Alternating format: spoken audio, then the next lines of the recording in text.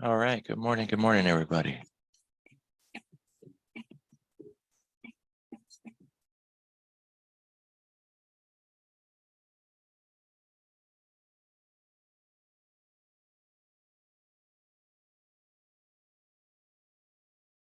So the contagion within the crypto market seems to have slowed down at least a little bit.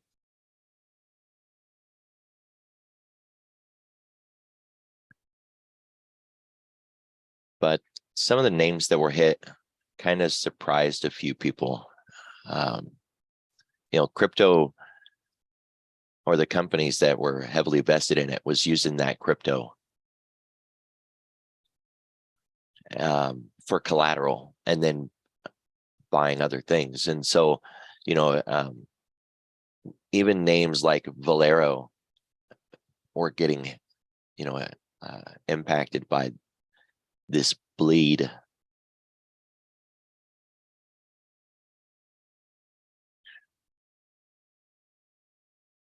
And I seen a number of articles yesterday from like Zero Hedge and, all over the place, gold reports,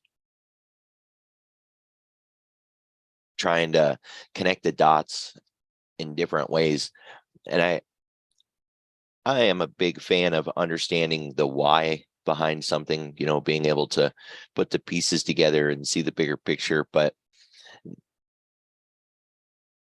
sometimes you just got to admit you can't do it, right? There's just not enough pieces to put together when it comes to big funds and trying to understand some of the positions that they are in or some of their actions. That's a really hard thing to do, to put yourself in their shoes and look at the positions through their eyes, because we can't quite understand why they're doing a particular thing. But just keep in mind that most of those funds and firms either have very specific rules in place. They have to trade because of X, Y, and Z, or they have to get out of a position because of X, Y, and Z, and they don't have a choice. Volatility metrics, VC control funds, there's all kinds of predetermined settings that if A, then B, and there's nothing that they can do about it. And then a lot of those funds and firms focus on hedging and being on the sell side of things. Because if you're on the sell side of things, say like selling options, you don't necessarily need the market to go somewhere. And how far the market might go in one direction has no bearing on how much money you'll make. And that's a kind of a fool's gold game anyways, right? Trying to go long and determine, well, I think it's going to go up 5 points or 8 points. How about I just don't think it's going to fall? And if that's a heck of a lot easier to accomplish, finding a market that you think won't go up or finding a market that you think won't go down. It's an easier trade. Higher probability, lower payout, sure, but they don't care because they're pumping billions into a trade like that. And even if it only pays them 15 cents, if it's 15 cents per contract and they've got 30 million contracts, it's all good to them. What do they care?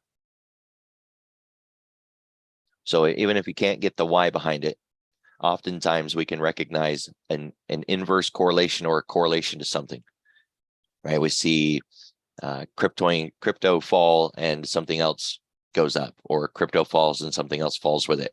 Ancillary correlation is a fool's game as well. If you listen to Bloomberg every day, you'll hear them goof around and chit chat and talk about silly things.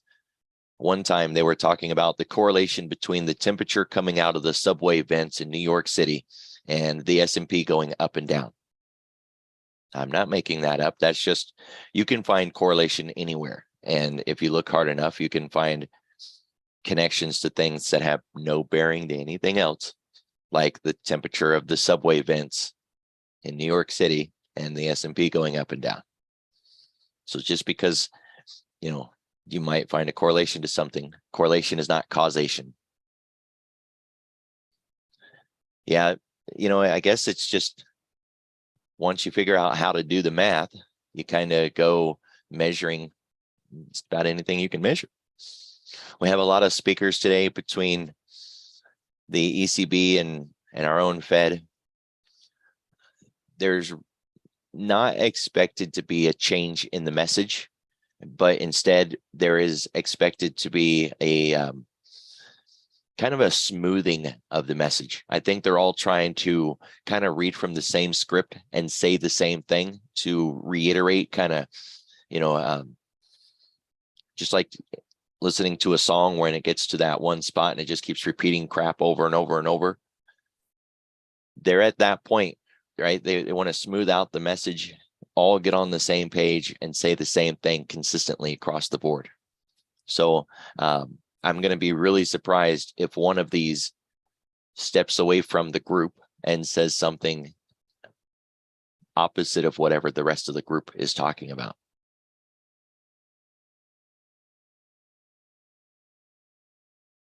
The 1 o'clock auction yesterday was absolutely awesome. I hope you guys were able to make money on that drop.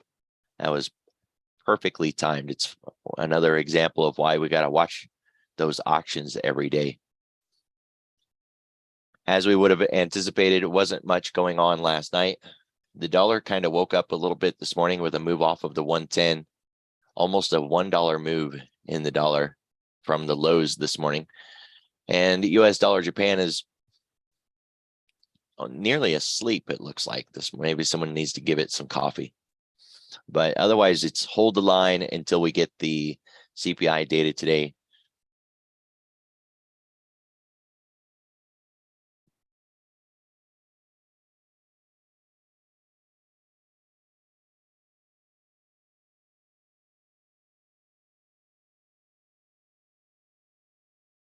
Three-month, 6-month, and 4-week. We got a lot of front end curve. 11 o'clock, 11:30, and 1 o'clock. The 30-year bond auction is a big deal. It'll be from where, right? So a little bit of, when you're looking at the CPI, notice that it's 2 o'clock in the morning. So that's not ours, right? That's somebody else's. So then when you click on it and you start to read, it'll be, say, Europe, Germany. There you go. It says the word right there. It's Germany's CPI. So the only difference is of whose CPI is it.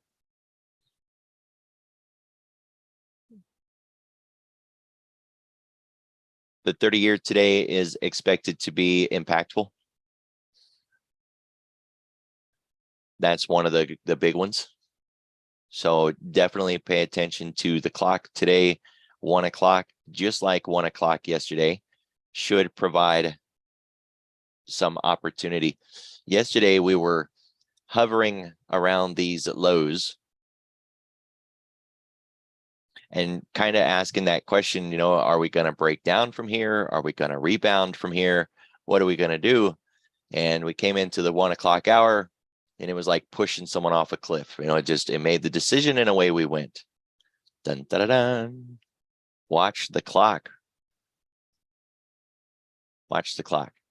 Now, when we were coming into this, right around 12:30 or so, that first touchdown, I had put out a tweet saying, hey, keep your eye on these NY Fang and KRE.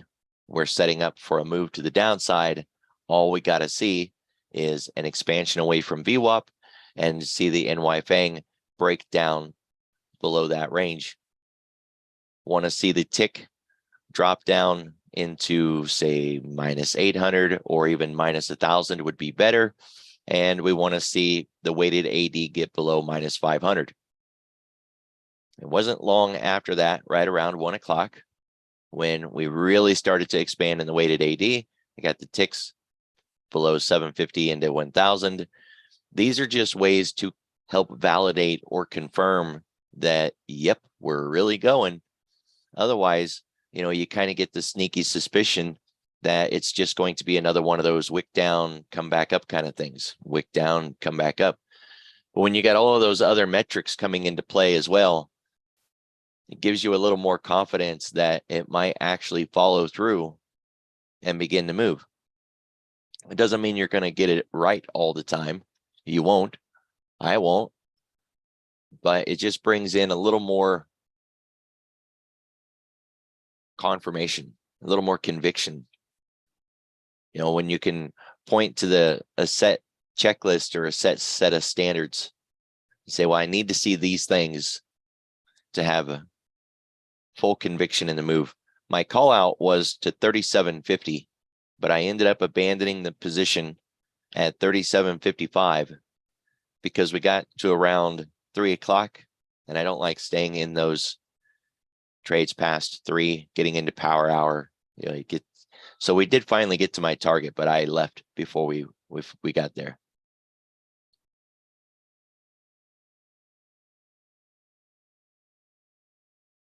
You can see this run up in the dollar yesterday. And when I had put out the alert, we had the dollar kind of not yet breaking out, but getting close to it. And that was another reason to believe that we could have broke down yesterday. So, you know, we needed the dollar to break out to kind of help push the S&P off that cliff.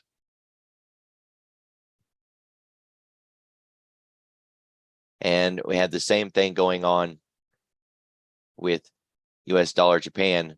We needed that breakout right through there, and we didn't have it yet.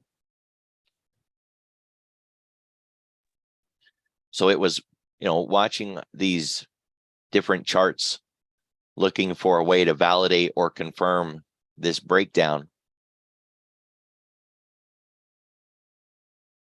So like I talk about constantly, watch the clock and try to look at more charts than the one thing that you're trading.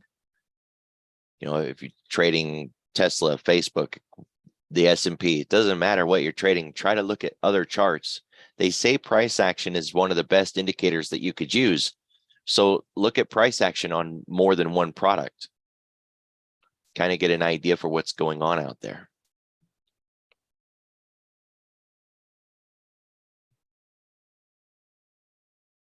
The call outs that I've been doing are on a Twitter account.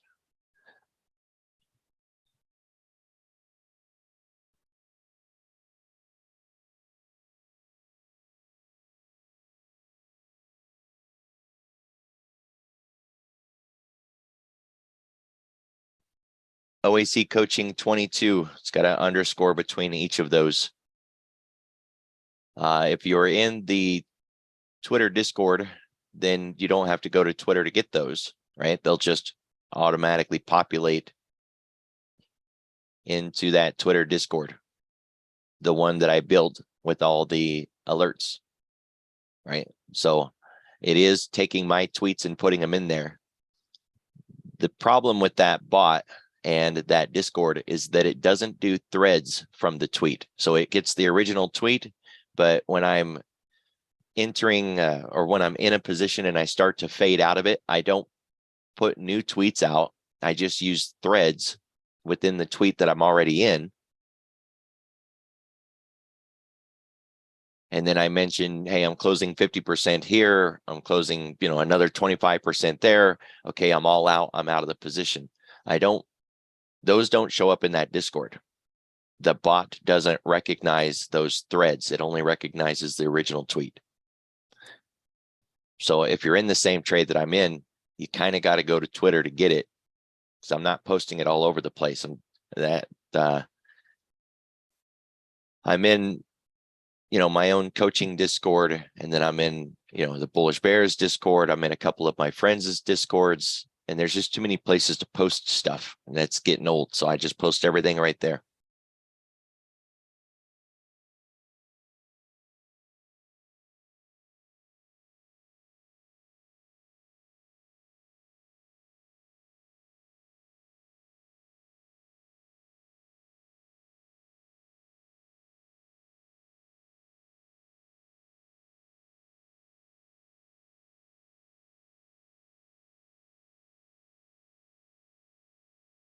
As you would expect on a major economic event morning, the volume is a little light. It's not a surprise. We know why it's a little light, so there's no reason for concern.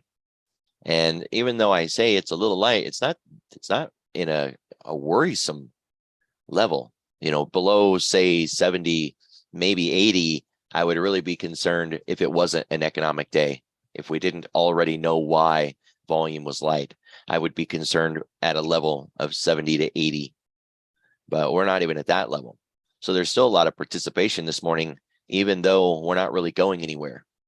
And on any other day, seeing that much volume without actually going anywhere would be a little bit of a concern. They don't want to do all that work for nothing. They want to see some reward for their effort.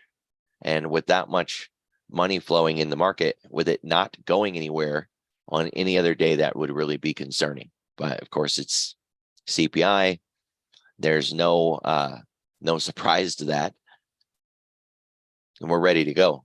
No amount of technical analysis is going to help us with where are we going today. Pivots won't stop price, right? Not on a day like this.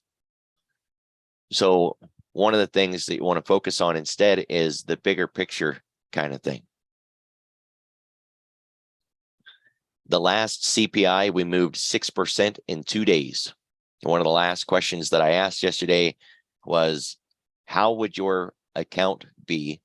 How would your portfolio look if the S&P over the next 2 days made a 6% move? Would that cripple your portfolio? Would it really help you out? How balanced are you? How protected are you? A 2% move is bad enough. 6% in 2 days?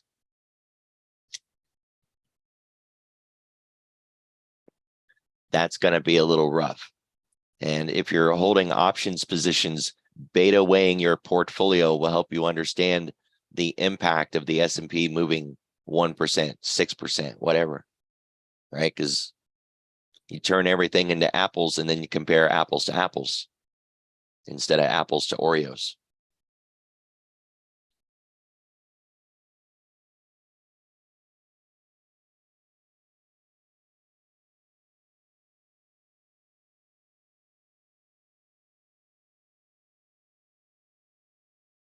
From the day before a CPI event where we closed at these highs down to the end of the day on the CPI day, and then the next day, that was nearly a 5% move between those two. The next CPI, if we just go from the lows of that CPI day to the end of that day and into the next day, that was more than a 6% move in those 2 days. So CPI is a real big deal. It's just as impactful, not always, but it obviously can be. We're looking at it. It can be as impactful as an FOMC day. It has those kind of ramifications. CPI, PPI, FOMC.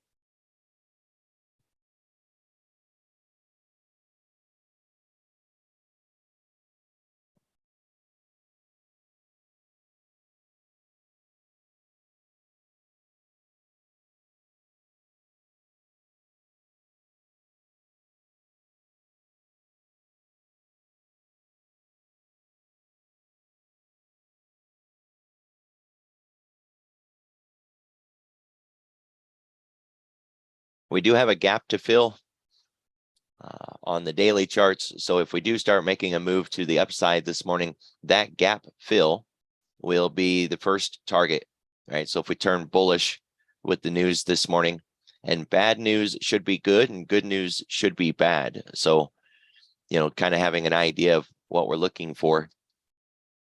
38.30 is going to be one of the first upside targets to focus on, since that's the gap close. Considering we're already up a little bit this morning anyways, we're just basically hovering, right? Depending on what we're looking at the top. So a 6% move would put us above this pivot point, just 3,900. That's been the line in the sand for the trend low, swing high.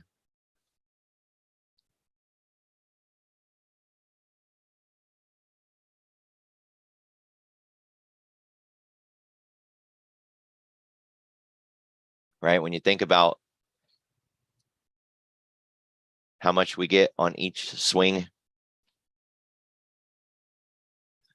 Once we rolled over and started coming back down, we should not roll over and then come back up again. We have before, and it mainly comes down to getting to the midpoint and then failing to follow through. Kind of like what we had back here and back here. But even with these, you can see the original pivot held. So we came in, we got blocked, came back, but it didn't reach that low. Same thing here. We rolled over, got blocked. It still didn't come back to that high. That one, it failed, but that was a significant econ event. One of these was Jackson Hole. The other one of these was CPI or FOMC. I think it was CPI. Yeah, CPI.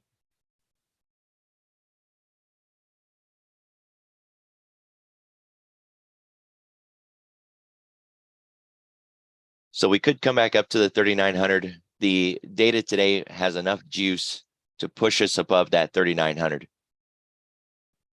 And as long as we stay below 4,100, the technical move to the downside is still intact. If we get above 4,100, it starts to call it into question. If we get above 4,300, then we're actually trending back up in the other direction.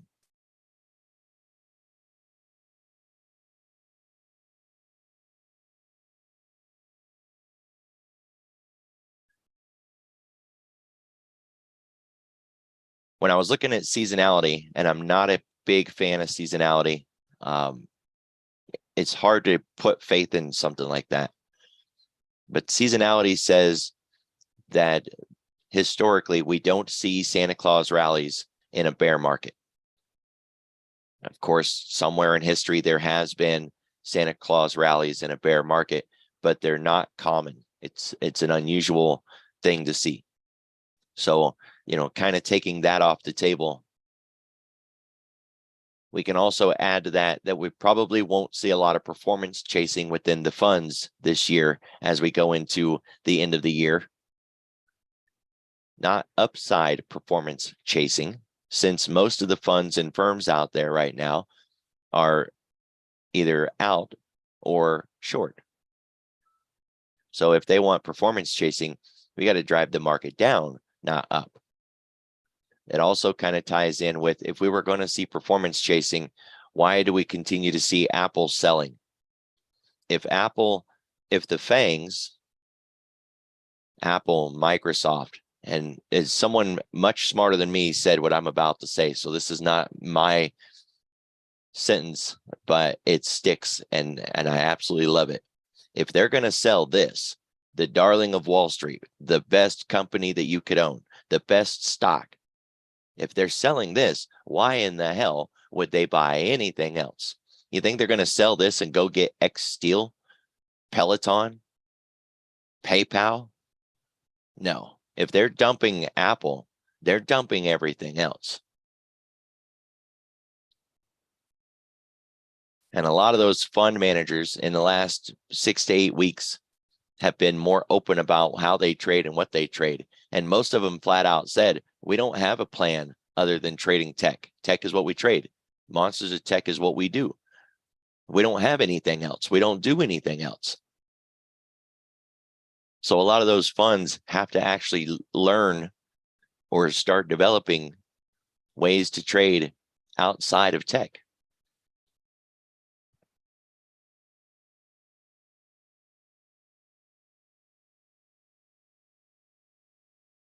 Not all of them are able to do that, which is why we've seen a lot of funds go under this year.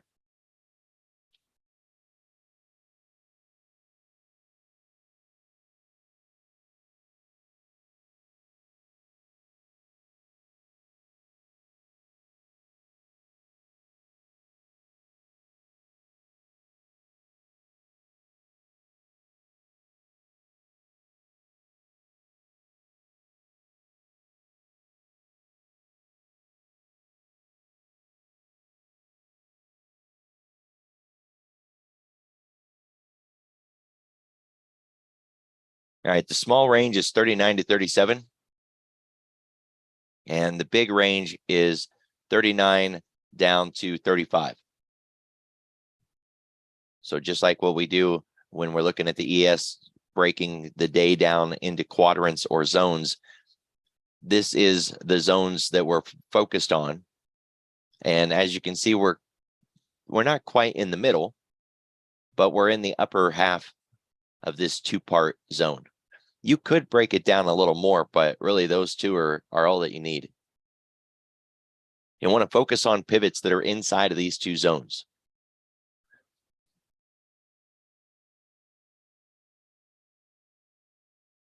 And again, since no amount of technical analysis is going to prepare us for where we go today, we want to just look at the bigger picture, the destination. And usually the analogy that I give here would be if we take two different cars and we're both headed to the store. I don't need to know what route you take. I don't have to follow you to the store. I know where you're going. I'll meet you there. Take whatever route I want to take. We can't predict or try to anticipate the move that we're going to see today. We just got to think about the destination. Where are we headed? If it's an upside move, we're looking at around a 6% move to the upside. And if it's a downside move, we're looking at no less than a 6% move to the downside. Remember windows and stairs and elevators, right? We've all heard that analogy enough.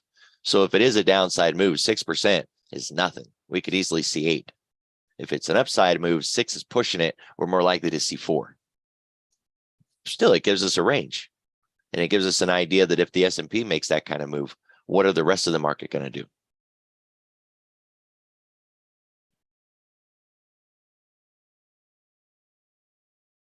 Apple is still one of the best short setups at the moment, just because it's sitting right at the line. I mean, it's starting to break down this week, but it's right there.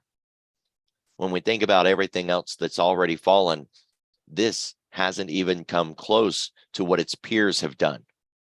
All right. And looking at it on the weekly chart, I mean, that setup is spot on.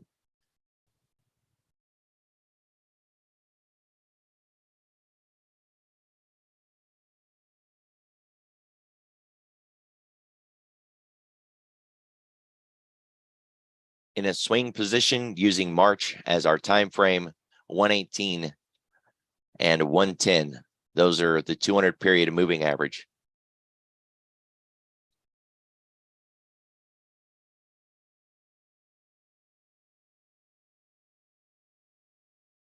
Any move to the upside in Apple is just another opportunity to sell the rip, to reload, just like we did in NVIDIA.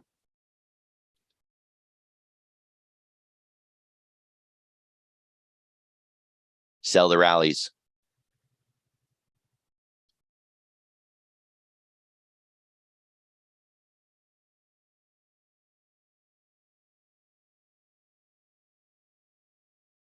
Now this week, Tesla finally started breaking down. This is what we want to see in Apple. This is exactly what we're looking for in Apple. That same kind of build a ledge and then jump off the ledge. 160 in Tesla is the next target.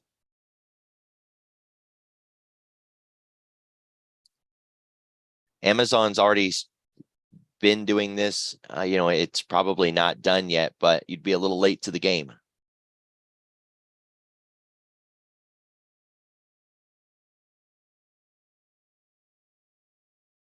Meta had a nice little rally, and not quite sure it's ready for a rollover, but it's going to be the same thing.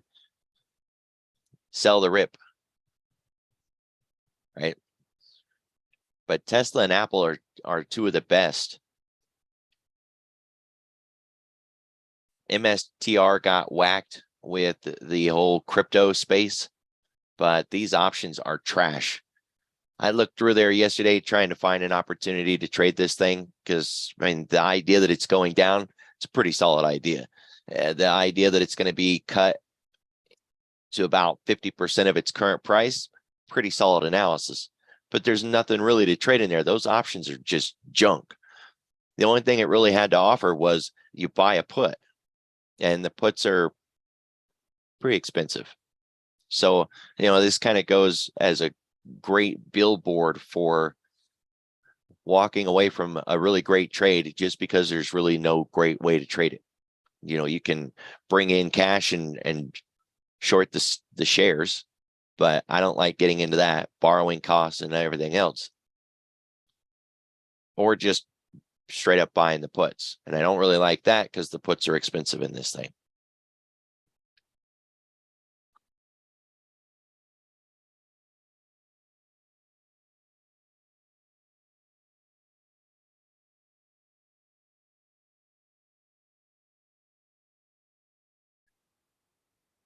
Twitter is in the group of the monsters of tech.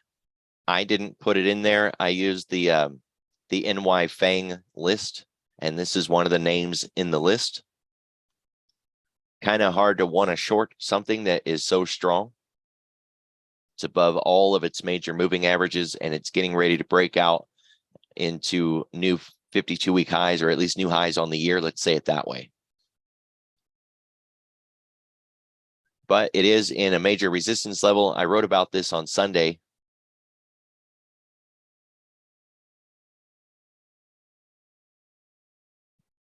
If it was going to reject and turn around and head back down, we are at the spot where that should happen. So like a low risk entry opportunity, it doesn't get much better than that.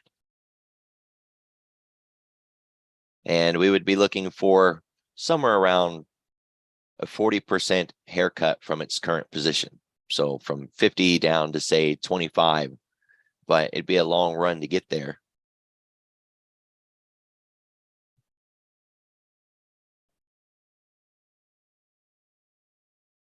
All the China ADRs, BABA, Baidu, PDD,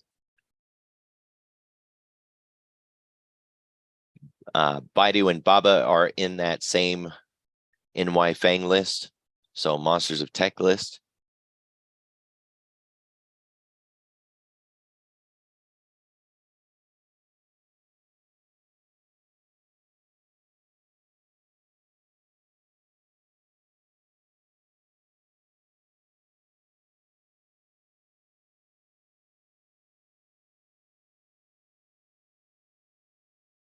Microsoft is another one, flirting with those 200 period moving averages on the weekly. This is another one that we expect to see make a move like Tesla recently made. So a solid breakdown. We want it to look a little bit like Google, right? We want that kind of a breakdown. And you see how Google was doing the same thing. It was playing around with those 200 period moving averages. It was trying to hold the line, trying to keep its head above water. And then it finally just couldn't make it and collapsed through. But Microsoft is one of the two darlings. This thing is well loved. So it's going to be a fight. I did just take a short in this week. I got out of my Google position. I was done with it, looking for another one. I chose Microsoft. It was a hard choice. It was either going to be Microsoft or Apple, and I went with this one. Maybe Apple is the better choice. It certainly has more room to the downside than Microsoft. Microsoft already broke one ledge, but I went this route. It is a more expensive option.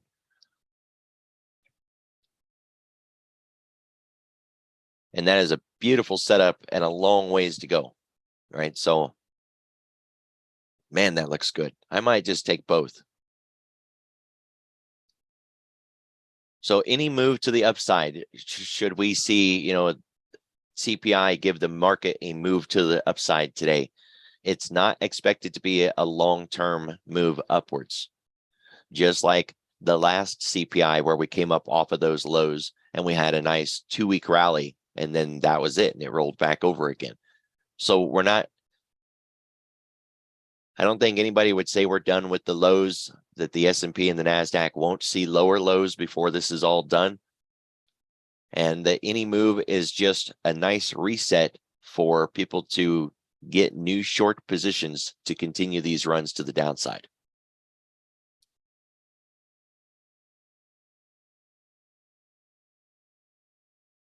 I still say Bitcoin to 10,000. I've been saying Bitcoin to 10,000 for weeks and weeks and weeks. That has not ended. It's still my target. There's a lot of names that you can trade in the Bitcoin space. This list of mine isn't really mine at all. When Tasty Trades came out with their or Tasty Works came out with their futures ETF or futures crypto, it's almost like an ETF. It's a basket of stocks. So when they came out with their crypto ETF or their crypto futures product, I opened it up and I looked at the names that were in it. And I took those names out and I created a watch list out of those names. Because to me, if I wanted to see what was going on in crypto on a day-to-day basis, then those were the names that I would want to look at. And if crypto was doing good and ripping to the upside, those names would be day trade names. And if we were going down, then they would be day trade names to the downside. So it's just opportunity, right? Analysis, perspective, and opportunity. And then, of course, I added a couple of ETFs in there, like BITO and BITI, a couple other minor ETFs. But the idea is these are the names that I watch and or trade when crypto is making moves worth trading. And some of the names are a little bit of a surprise, like PayPal, AMD, NVIDIA. Those are not necessarily the names that come to mind when you think, ooh, crypto.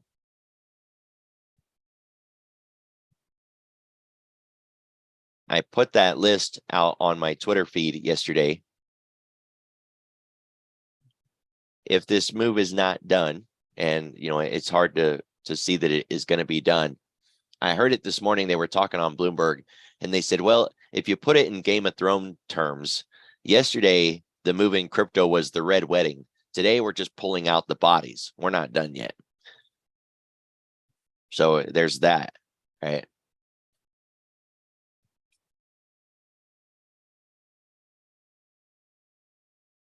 And we did have a nice reflexive bounce of over 7% after Bitcoin bottomed and kind of near-term bottom and rallied into a resistance zone. Remember, it's bounce and then fail. So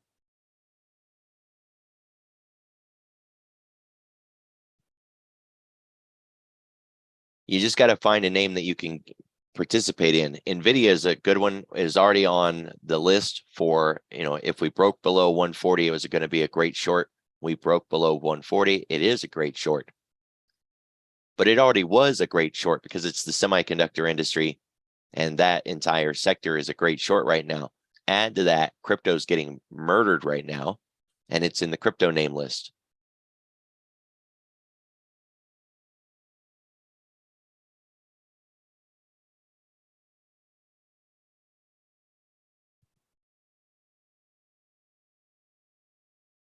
Yeah, if you want that list, go to Tastyworks. No, I said that wrong. Go to the Smalls Exchange. And then go to the crypto futures.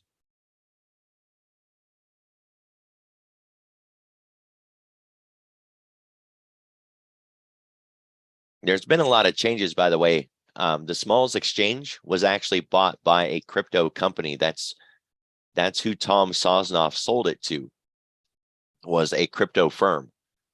And a lot of their products are no longer on the list. I was looking for the dollar version that they use, and I couldn't find it on the platform yesterday because I was going to re-up a new position in the dollar. So not sure what's going on with the Smalls Exchange. I'll have to find some articles about, now that it's been sold, what is the crypto company doing with it? It looks like they're taking some products off the table. I don't know for sure.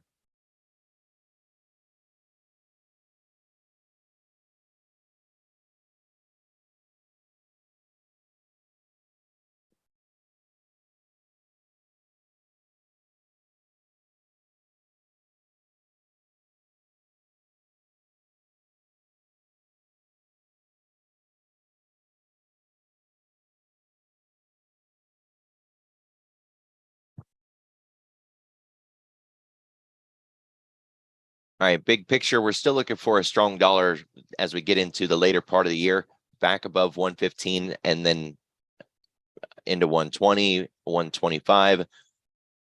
It slowed down a lot. And so I think getting into that 125 between now and the end of the year would be too much. I think we would really break things if we happen to reach that level by the end of the year now. The rate of change would just be too aggressive. So seeing this above 115 would be the first benchmark, and then getting it in near that 120 would be the second. But how fast we get there is very important. We run too fast and too hard into the 118 area, 119. It's very likely going to break things. So we're looking for more of a slow grind, level by level. 110 is still the line in the sand to the downside. We could see more weakness into the 108 area. Do have some major moving averages on the weekly that are right up in that zone. But you can see in that blue line there, that's my 10-period moving average. We're just barely below it. And how far away from the 10 we are is very much like the center of the basketball court. If the 10 is the center, then how far we go above or beyond it starts to set the levels of how far we could go between one side and the other. So from where we sit, we could go up or down. And when we ask, well, how far, since the ES, for an example, we know is an average of 4%. What is the dollar's average from the 10 where it starts to reverse? That's what I built this indicator for. So upside move, it seems the average is around 1.25, maybe 1.5. When the dollar gets more than 1.5% away from the 10-day moving average, it seems to pause, consolidate, reverse, go back to it. And when it's below the 10, the average is around 0.75%. And that seems to be near the extreme. We've gone below that, but getting to around 0.75% or 1% away from the 10 to the downside is just about it. So we're in the middle. We're right in the center of the court. And we could see an aggressive move in the dollar. And it would not be overbought at this point. It would not be oversold at this point. It would just be a big aggressive move.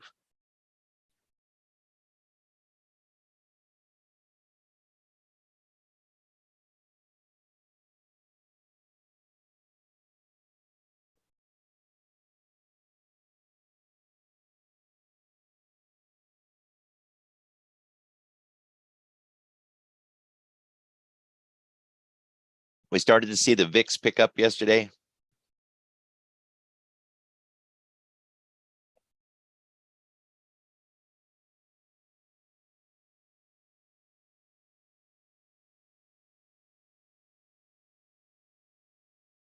Not very much, but considering, last week we had the S&P falling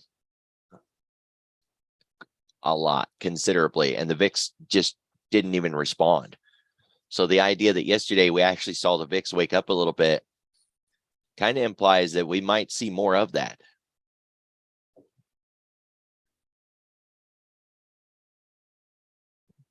See what happened in the VVIX yesterday. The VVIX is, in generic terms, it's the implied volatility indicator of the VIX. Truly, it's not, but that's the easiest way to explain it. The VVIX has done something that we've never seen before. It had a breakout to the downside. It was in this solid range, and then it just broke down. And it's never really done that. Usually if it makes a big move, it's an upside move, not a downside move. But we are coming up off of that low.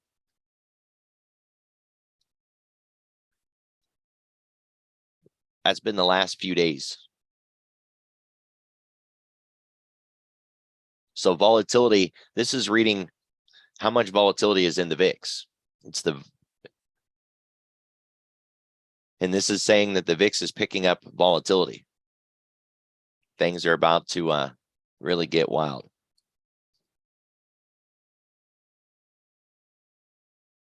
Skew is starting to pick up.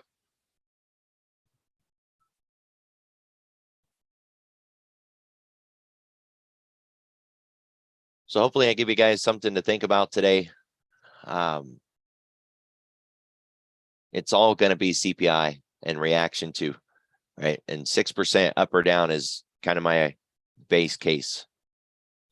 So be careful. Have a good day, everybody. Watch the clock. We got the 30-year at 1 o'clock today. It's going to be a big one, but we got one at 11. We got ones at 11:30, and then we have 1 o'clock auction and a lot of Fed speakers. If any one of those Fed speakers step outside of the group and start talking on their own, not using the same consistent message that the rest of them are saying, they could cause some waves. So you got a lot of things to watch today. Be safe, and I'll see you all tomorrow.